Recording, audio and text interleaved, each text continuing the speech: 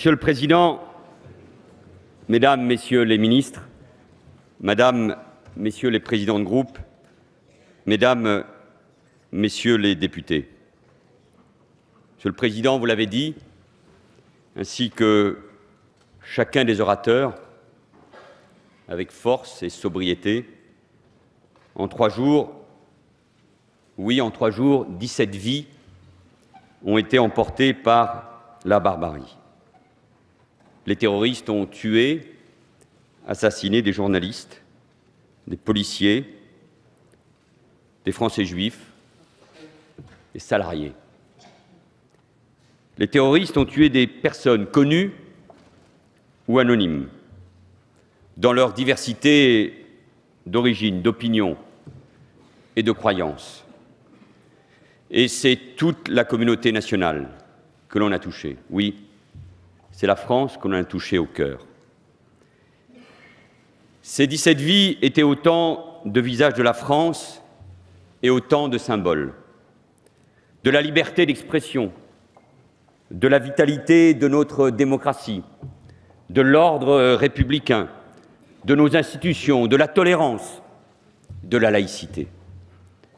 Les soutiens, la solidarité venus du monde entier, de la presse partout, des citoyens qui ont manifesté dans de nombreuses capitales, des chefs d'État et de gouvernement, tous ces soutiens ne s'y sont pas trompés.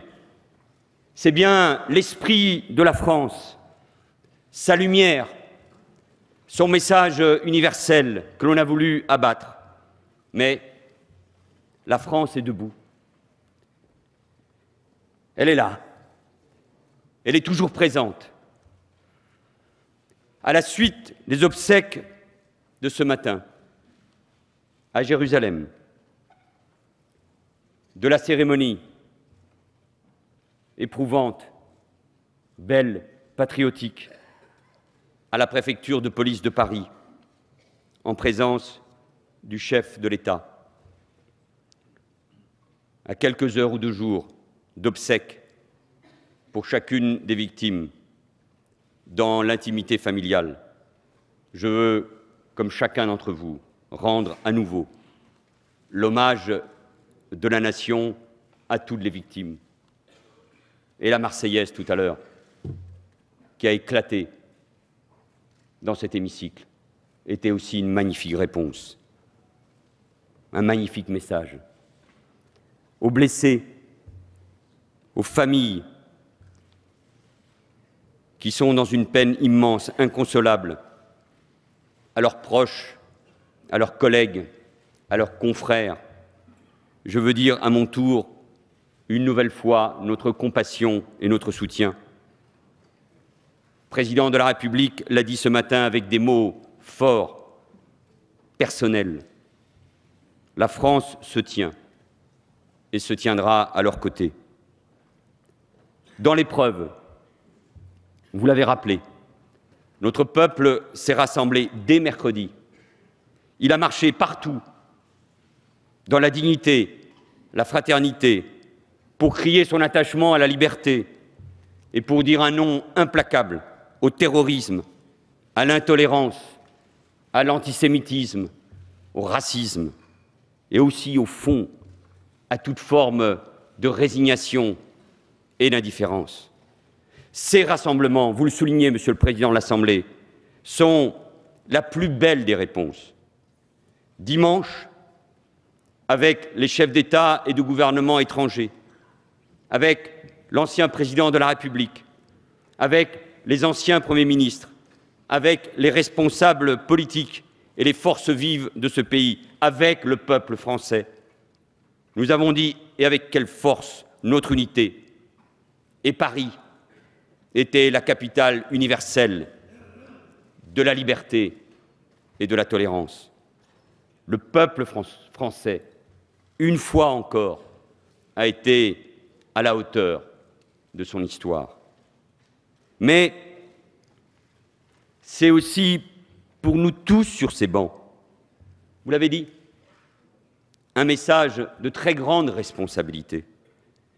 Être à la hauteur de la situation est une exigence immense.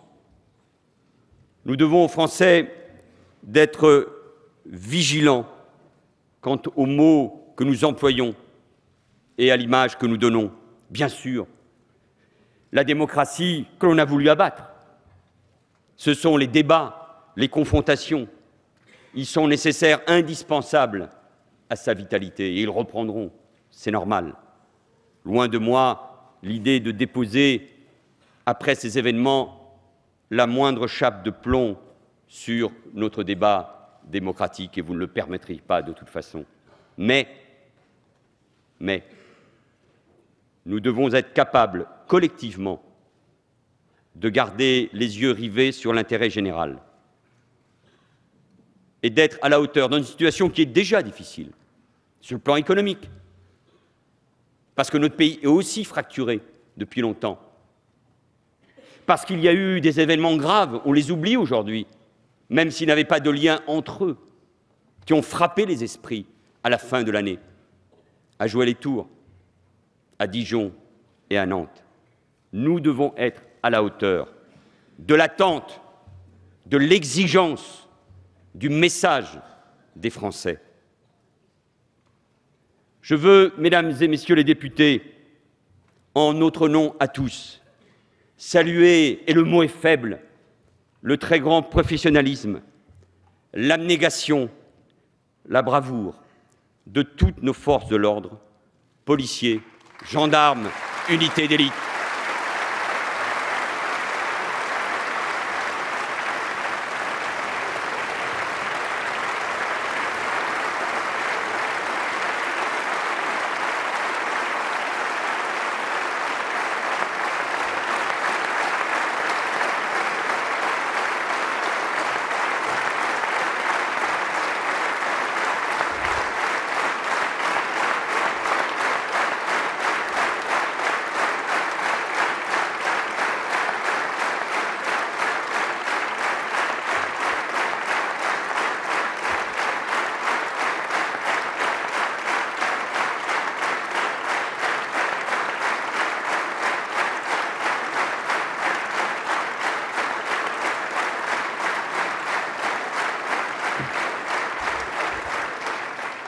En 3 jours, les forces de sécurité, souvent au péril de leur vie, ont mené un travail remarquable d'investigation sous l'autorité du parquet antiterroriste, traquant les individus recherchés, travaillant sur les filières, interrogeant les entourages, afin de mettre hors d'état de nuire le plus vite possible ces 3 terroristes.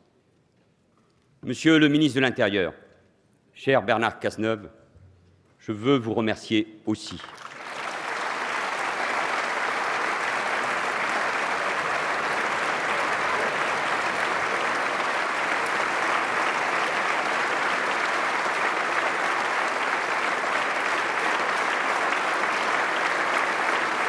Vous avez non seulement trouvé les mots justes, mais j'ai pu le voir à chaque heure. Vous étiez concentrés sur cet objectif. Autour du Président de la République, avec vous aussi, Madame la Garde des Sceaux, nous avons été pleinement mobilisés pour faire face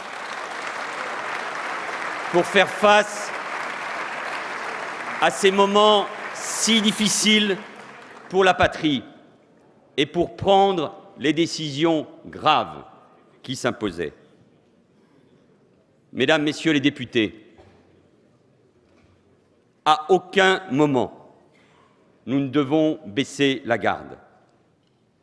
Et je veux dire avec gravité à la représentation nationale et à travers vous à nos concitoyens que non seulement la menace globale est toujours présente, mais que liés aux actes de la semaine dernière, des risques sérieux et très élevés demeurent. Ceux liés à d'éventuels complices ou encore ceux émanant de réseaux de donneurs d'ordre du terrorisme international, de cyberattaques et les menaces perpétrées à l'encontre de la France en sont malheureusement la preuve. Je vous dois cette vérité et nous devons cette vérité aux Français.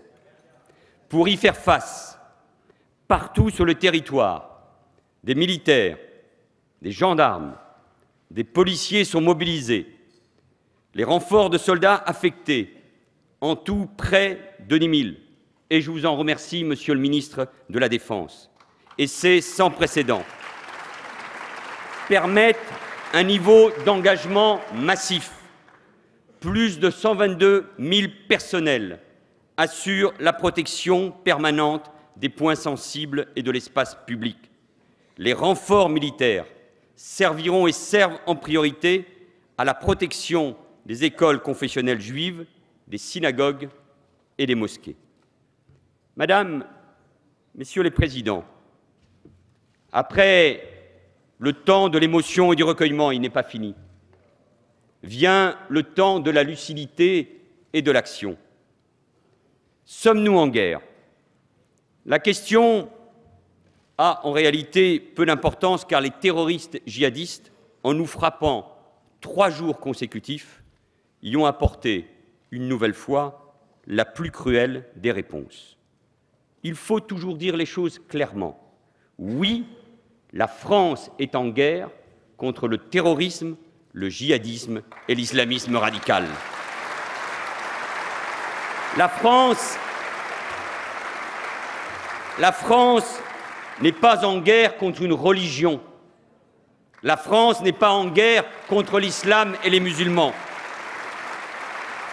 La France protégera, et le président de la République l'a également rappelé ce matin, la France protégera, comme elle l'a toujours fait, tous ses concitoyens, ceux qui croient comme ceux qui ne croient pas. Avec détermination, avec sang-froid, la République va apporter la plus forte des réponses au terrorisme, la fermeté implacable dans le respect de ce que nous sommes, un État de droit. Le gouvernement vient devant vous avec la volonté d'écouter et d'examiner toutes les réponses possibles, techniques, réglementaires, législatives, budgétaires, Monsieur le Président Jacob, à une situation exceptionnelle, doivent répondre des mesures exceptionnelles. Mais je le dis aussi avec la même force, jamais des mesures d'exception qui dérogeraient aux principes du droit et des valeurs. La meilleure des réponses au terrorisme qui veut précisément briser ce que nous sommes, c'est-à-dire une grande démocratie, c'est le droit, c'est la démocratie, c'est la liberté et c'est le peuple français. À cette menace terroriste, la République apporte et apportera des réponses sur son sol national. Elle en apportera aussi là où des groupes terroristes s'organisent pour nous attaquer, pour nous menacer, nos intérêts comme nos concitoyens. C'est pour cela que le Président de la République a décidé d'engager nos forces au Mali. Le 11 janvier 2013, jour où d'ailleurs tombait notre premier soldat dans ce conflit, Damien Boiteux. Et d'ailleurs, la même nuit, Monsieur le ministre de la Défense, 3 membres de nos services tombaient en Somalie. Le Président de la République a décidé cet engagement pour venir en aide à un pays ami, le Mali, menacé de désintégration par des groupes terroristes, le Mali, pays musulman. Le Président de la République a décidé de renforcer notre présence aux côtés de nos alliés africains avec l'opération Barkhane. C'est un gros effort qu'assume la France, au nom notamment de l'Europe et de ses intérêts stratégiques. Un effort coûteux. La solidarité de l'Europe, elle doit être dans la rue, elle doit être aussi dans les budgets à nos côtés. Un effort impérieux Et en effet, quelle belle image de voir dimanche dernier, coude à coude, des chefs d'État, des chefs de gouvernement, le président de la République et le président malien Ibrahim Boubacar Keïta. Là aussi, c'était la meilleure des réponses pour dire que nous ne menons pas une guerre de religion, mais que nous menons, oui, un combat pour la tolérance, la laïcité, la démocratie, la liberté et les États souverains, ce que les peuples doivent se choisir. Oui, nous nous battons ensemble et nous continuerons de nous battre sans relâche. C'est cette même volonté, curieuse concordance liée au calendrier, que nous exprimerons tout à l'heure en votant le prolongement de l'engagement de nos forces en Irak. C'est là aussi notre riposte claire et ferme. Je m'exprimerai ici même dans un instant. Le ministre des Affaires étrangères le fera au Sénat. C'est là aussi notre riposte contre le terrorisme. Et nous devons avoir pour nos soldats engagés sur les théâtres d'opérations extérieures, à des milliers de kilomètres d'ici, un profond respect et une grande gratitude. La menace est aussi intérieure. Je l'ai également rappelé souvent à cette tribune. Et face à la tragédie qui vient de se dérouler, s'interroger est toujours légitime et nécessaire. Nous devons apporter des réponses aux victimes, à leurs familles, aux parlementaires, aux Français. Il faut le faire avec détermination, sérénité, sans jamais céder à la précipitation. Et je ferai mienne la formule du président Leroux: il n'y a pas de leçons à donner, il n'y a que des leçons à tirer. Le Parlement a déjà voté 2 lois antiterroristes, encore il y a quelques semaines, à une très large majorité. Les décrets d'application sont en cours de publication. Le Parlement s'est déjà saisi des questions relatives aux filières djihadistes. Ici même, à l'Assemblée nationale, le 3 décembre dernier, vous avez créé une commission d'enquête sur la surveillance des filières et des individus djihadistes. Le président, M. Éric Ciotti, travaille étroitement avec le rapporteur, M. Patrick Mennucci. Et au Sénat, depuis le mois d'octobre, il existe une commission d'enquête sur l'organisation et les moyens de la lutte contre les réseaux djihadistes en France et en Europe. Plusieurs membres du gouvernement ont déjà été auditionnés. Les travaux doivent se poursuivre et je sais que le ministre de l'Intérieur est particulièrement attentif à ces travaux. Il a d'ailleurs déjà rencontré hier les groupes et les parlementaires qui travaillent sur ces questions. Le gouvernement, Monsieur le Président de l'Assemblée nationale, Madame, Messieurs les présidents de groupe, est à la disposition du Parlement sur tous ces sujets ou sur d'autres que nous avons déjà examinés.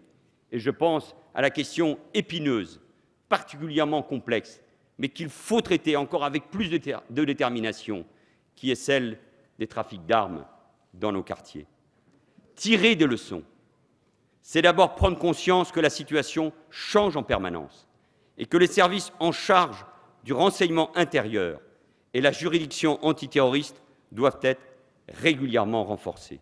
Je tiens à saluer, là aussi, le travail de nos services de renseignement, DGSI, DGSE, services du renseignement territorial, à saluer aussi la justice antiterroriste. La tâche de ces femmes, de ces hommes, est par essence discrète et immensément délicate. Ils font face à un défi sans précédent, un phénomène protéiforme, mouvant, qui se dissimule aussi. Et parce qu'ils savent travailler ensemble, ils obtiennent des résultats. À 5 reprises, en 2 ans, ils ont permis de neutraliser des groupes terroristes susceptibles de passer à l'acte. En France, comme dans l'ensemble des pays européens, les personnes qui se reconnaissent dans le djihadisme international ont fortement augmenté en 2014. Dès l'examen de la loi antiterroriste, en décembre 2012, j'ai dit qu'il y avait en France des dizaines de méras potentiels. Le temps a confirmé dramatiquement et implacablement ce diagnostic. Sans renforcement très significatif des moyens humains et matériels, les services de renseignement intérieur pourraient se trouver débordés. On dépasse désormais 1250 individus pour les seules filières irako-syriennes, sans jamais négliger les autres théâtres d'opération, les autres menaces, celles des autres groupes terroristes au Sahel, au Yémen, dans la Corne de l'Afrique et dans la zone afghano-pakistanaise. Nous affecterons donc les moyens nécessaires pour tenir compte de cette nouvelle donne. En matière de sécurité, les moyens humains sont en effet essentiels. Nous l'avons mis en pratique depuis 2012. En 2013, sur la base des enseignements des tueries de Montauban et de Toulouse et des propositions formulées par la mission Urvoas-Verscher, une profonde réforme de nos services de renseignement a été accomplie avec la transformation de la Direction centrale du renseignement intérieur en Direction générale de la sécurité intérieure. La création de 432 emplois à la DGSI a été programmée. Ils doivent permettre de renforcer les compétences et de diversifier les recrutements, informaticiens, analystes, chercheurs ou interprètes. 130 sont déjà pourvus. Nous avons aussi amélioré la coopération entre nos services intérieurs et extérieurs et également renforcé, même s'il faut encore faire davantage, nos échanges avec les services étrangers, à la suite de l'initiative que j'ai pu prendre il y a 2 ans avec les ministres européens et notamment avec la ministre belge, Joëlle Milquet, puisque son pays est également confronté à ces problèmes-là.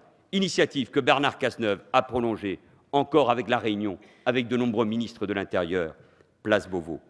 Mais il faut aller plus loin.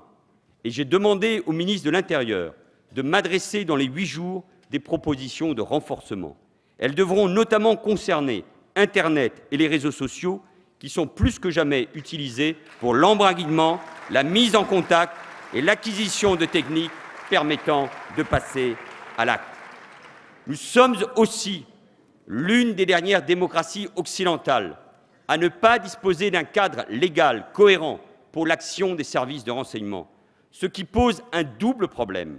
Un travail important a été fourni par la mission d'information sur l'évaluation du cadre juridique des services de renseignement présidée par Jean-Jacques Urvoas en 2013. Un prochain projet de loi, quasiment prêt, visera à donner aux services tous les moyens juridiques pour accomplir leur mission, tout en respectant les grands principes républicains de protection des libertés publiques et individuelles. Ce texte de loi, qui sera sans aucun doute enrichi par vos travaux, doit être, c'est ma conviction, adopté le plus rapidement possible. Au cours de l'année, nous lancerons également la surveillance des déplacements aériens des personnes suspectes d'activités criminelles. C'est le système PNR. La plateforme de contrôle française sera opérationnelle dès septembre 2015. Il reste à mettre en place un dispositif similaire au niveau européen.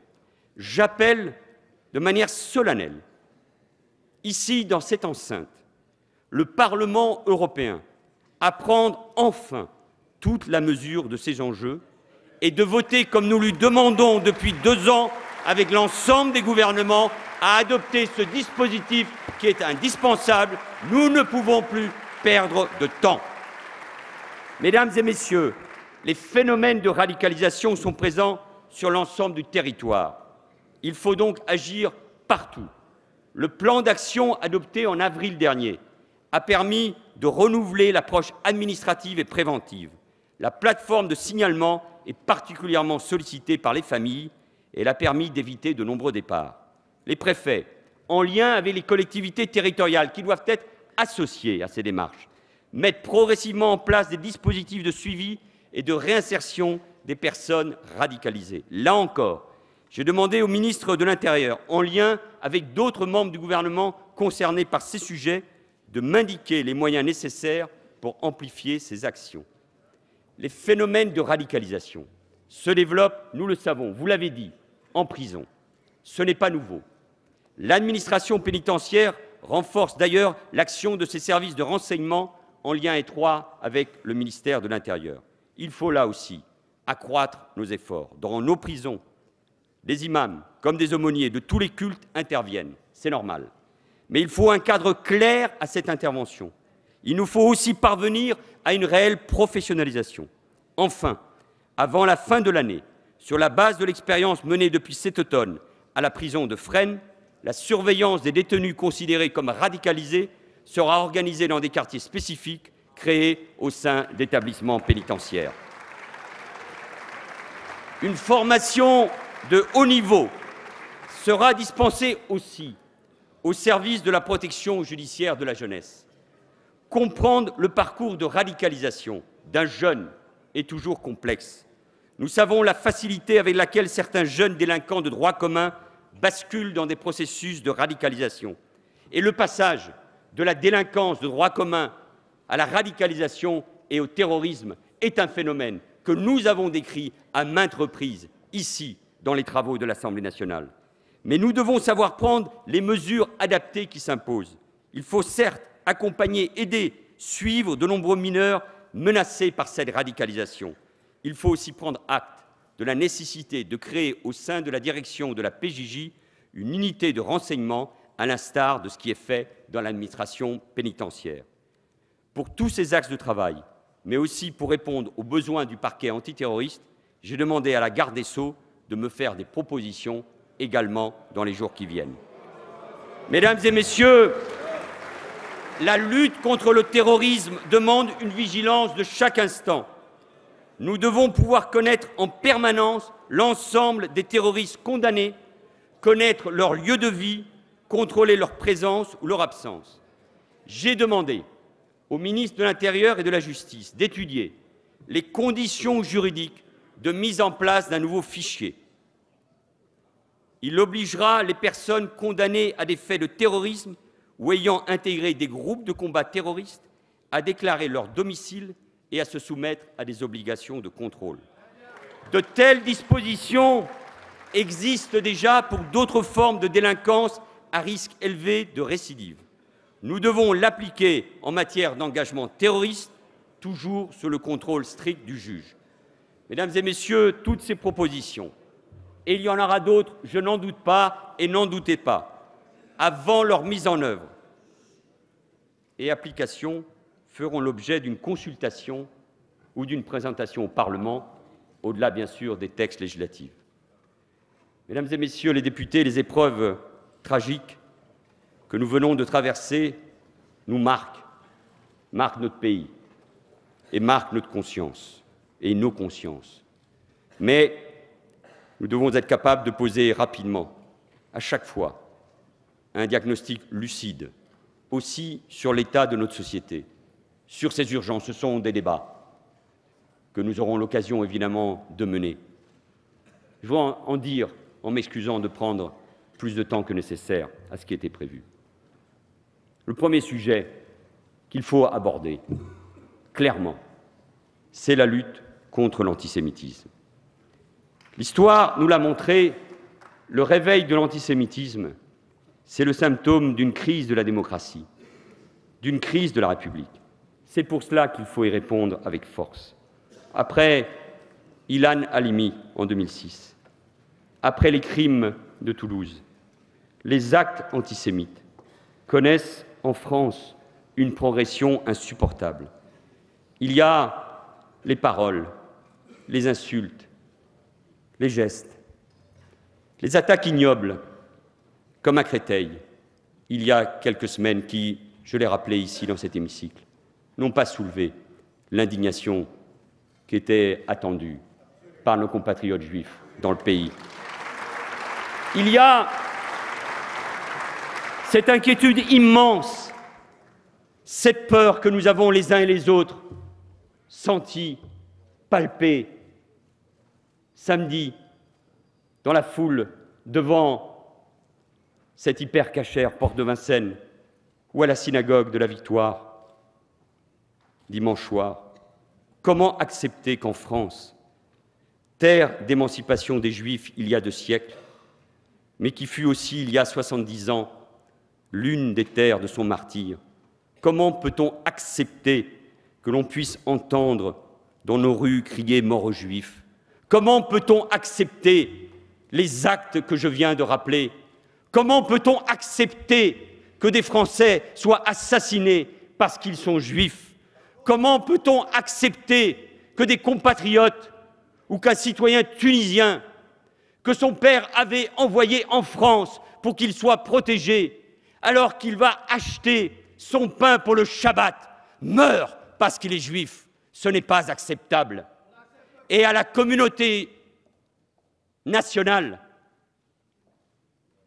qui peut-être n'a pas suffisamment réagi, à nos compatriotes français juifs, je leur dis que cette fois-ci, nous ne pouvons pas l'accepter, que nous devons là aussi nous rebeller. Et en posant le vrai diagnostic, il y a un antisémitisme que l'on dit historique, remontant du fond des siècles, mais il y a surtout ce nouvel antisémitisme qui est né dans nos quartiers sur fond d'Internet, de paraboles, de misère, sur fond des détestations de l'État d'Israël et qui prône la haine du juif et de tous les juifs. Il faut le dire, il faut poser les mots pour combattre cet antisémitisme inacceptable. Et comme j'ai eu l'occasion de le dire, comme la ministre Ségolène Royal l'a dit ce matin à Jérusalem, comme Claude Lanzmann l'a écrit dans une magnifique tribune dans Le Monde, oui, disons-le, à la face du monde, sans les Juifs de France, la France ne serait plus la France. Et ce message, c'est à nous tous de le clamer haut et fort. Nous ne l'avons pas dit, nous ne sommes pas assez indignés. Et comment accepter que dans certains établissements, collèges ou lycées, on ne puisse pas enseigner ce qu'est la Shoah? Comment on peut accepter qu'un gamin de 7 ou 8 ans dise à son enseignant, quand il lui pose la question « Quel est ton ennemi ?», et qu'il lui réponde « C'est le juif ». Quand on s'attaque aux juifs de France, on s'attaque à la France et on s'attaque à la conscience universelle. Ne l'oublions jamais. Et quelle terrible coïncidence, quel affront que de voir un récidiviste de la haine tenir son spectacle dans des salles bondées au moment même où samedi soir, la nation, porte de Vincennes, se recueillait. Ne laissons jamais passer ces faits et que la justice soit implacable à l'égard de ces prédicateurs de la haine. Je le dis avec force, ici, à la tribune de l'Assemblée nationale. Et allons jusqu'au bout du débat. Allons jusqu'au bout du débat, mesdames et messieurs les députés.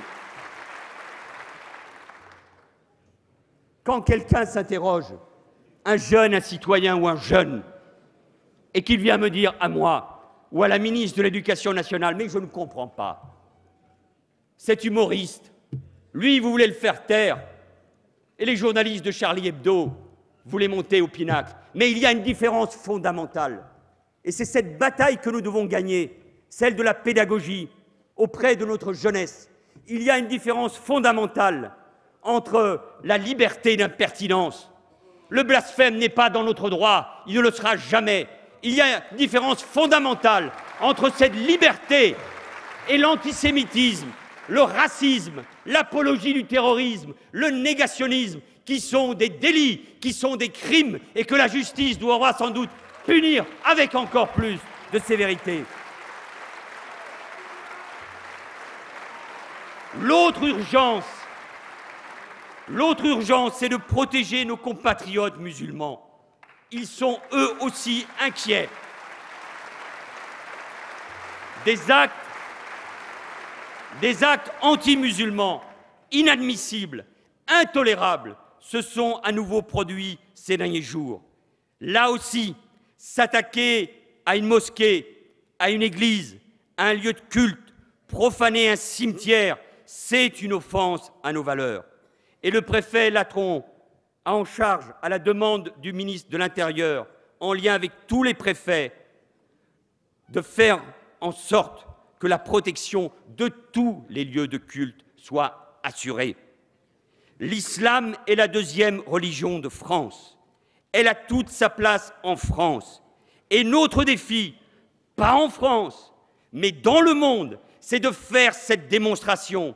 La République, la laïcité, l'égalité homme-femme sont compatibles avec toutes les religions sur le sol national qui acceptent les principes et les valeurs de la République. Mais cette République doit faire preuve de la plus grande fermeté, de la plus grande intransigeance face à ceux qui tentent, au nom de l'islam, d'imposer une chape de plomb sur des quartiers, de faire régner leur ordre sur fond de trafic et sur fond de radicalisme religieux, un ordre dans lequel l'homme domine la femme et où la foi, oui, Madame la Présidente Pompili, vous avez eu raison de le rappeler, l'emporterait sur la raison. J'avais, ici devant cette Assemblée, il y a quelques mois, évoqué les insuffisances et les échecs de 30 ans de politique d'intégration. Mais en effet, quand de vrais ghettos urbains se forment, où l'on n'est plus qu'entre soi, où l'on ne prône que le repli, que la mise en congé de la société, où l'État n'est plus présent, comment aller vers la République, saisir cette main fraternelle qu'elle tend? Et surtout, comment tirer un trait catégorique sur cette frontière trop souvent ténue qui fait que l'on peut basculer? Pas d'angélisme, regardons les faits en face, dans nos quartiers, de l'islam tolérant, universel, bienveillant, vers le conservatisme, vers l'obscurantisme, l'islamisme et pire, la tentation du djihad et du passage à l'acte. Ce débat, il n'est pas entre l'islam et la société, c'est bien un débat au sein même de l'islam que l'islam de France doit mener en son sein, en s'appuyant sur les responsables religieux, sur les intellectuels, sur les musulmans qui nous disent depuis plusieurs jours qu'ils ont peur. Je l'ai déjà rappelé, comme vous tous, j'ai des amis français de confession et de culture musulmane. L'un de mes plus proches amis m'a dit l'autre jour, il avait les yeux pleins de larmes et de tristesse, qu'il avait honte d'être musulman. Eh bien, moi, je ne veux plus que dans notre pays, il y ait des juifs qui puissent avoir peur. Et je ne veux pas qu'il y ait des musulmans qui aient honte, parce que la République, elle est fraternelle, elle est généreuse, elle est là pour accueillir chacun. Enfin,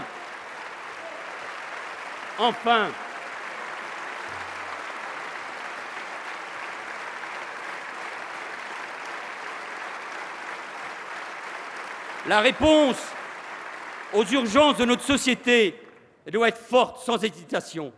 La République et ses valeurs. Et ce sont mes derniers mots.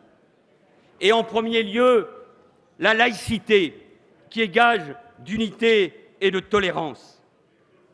La laïcité, elle s'apprend bien sûr à l'école, qui en est un des bastions. C'est là, peu importe les croyances, les origines, que tous les enfants de la République ont accès à l'éducation, au savoir, à la connaissance. J'étais ce matin avec la ministre de l'Éducation nationale, Najat Vallaud-Belkacem, devant les recteurs de France. Et je leur ai adressé un message de mobilisation totale, un message d'exigence, un message qui doit être répercuté à tous les niveaux de l'éducation nationale, autour du seul enjeu qui importe, la laïcité, la laïcité, la laïcité, parce que c'est le cœur de la République et donc de l'école.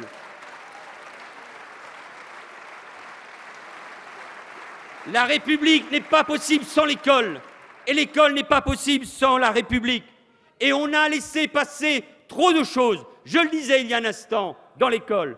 La laïcité, oui la laïcité, la possibilité de croire ou de ne pas croire, l'éducation a des valeurs fondamentales, doit plus que jamais, c'est aussi cette réponse, être le combat de la France face à l'attaque que nous avons connue. Et arborons fièrement ce principe, puisqu'on nous attaque à cause de la laïcité, à cause des lois que nous avons votées ici, interdisant les signes religieux à l'école, prohibant le voile intégral, revendiquons-les, parce que c'est ça qui doit nous aider à être encore davantage plus forts.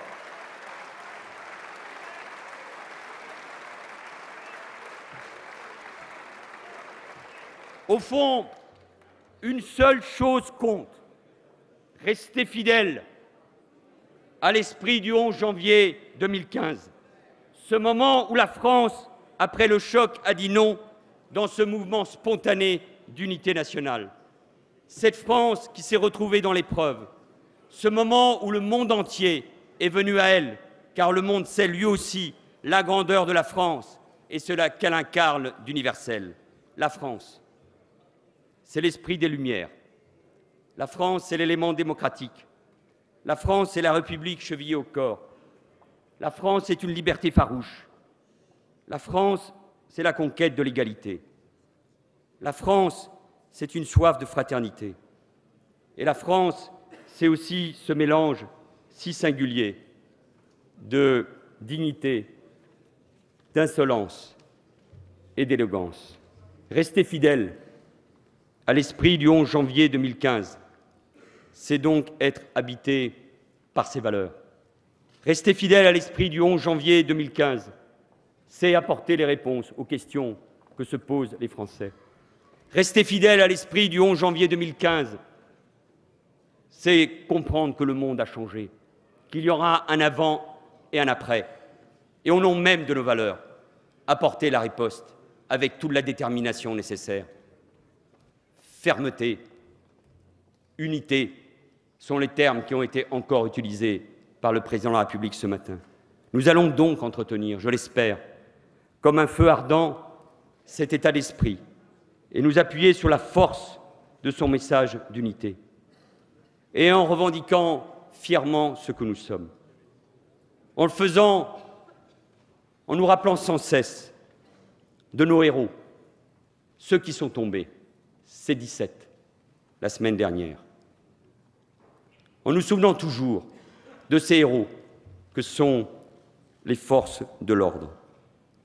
Avec beaucoup d'émotion, nous l'avons encore ressenti ce matin. Vous étiez nombreux sur tous les bancs, dans la cour de la préfecture de police de Paris. C'est ça aussi la France. Il y avait 3 couleurs à un moment qui me sont venues à l'esprit. 3 couleurs de ces 3 policiers, ces 2 policiers nationaux et cette policière municipale.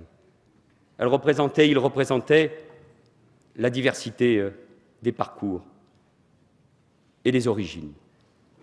3 couleurs différentes, 3 parcours, mais 3 Français, 3 serviteurs de l'État.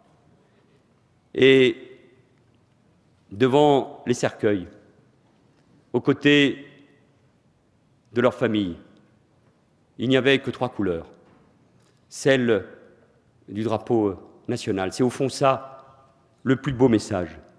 Je vous avais dit ici, au mois d'avril, ma fierté, comme chacun d'entre vous, d'être français. Il y a quelque chose qui nous a tous renforcés, après ces événements et après les marches de cette fin de semaine. Je crois que nous le sentons tous. C'est plus que jamais la fierté d'être français. Ne l'oublions jamais.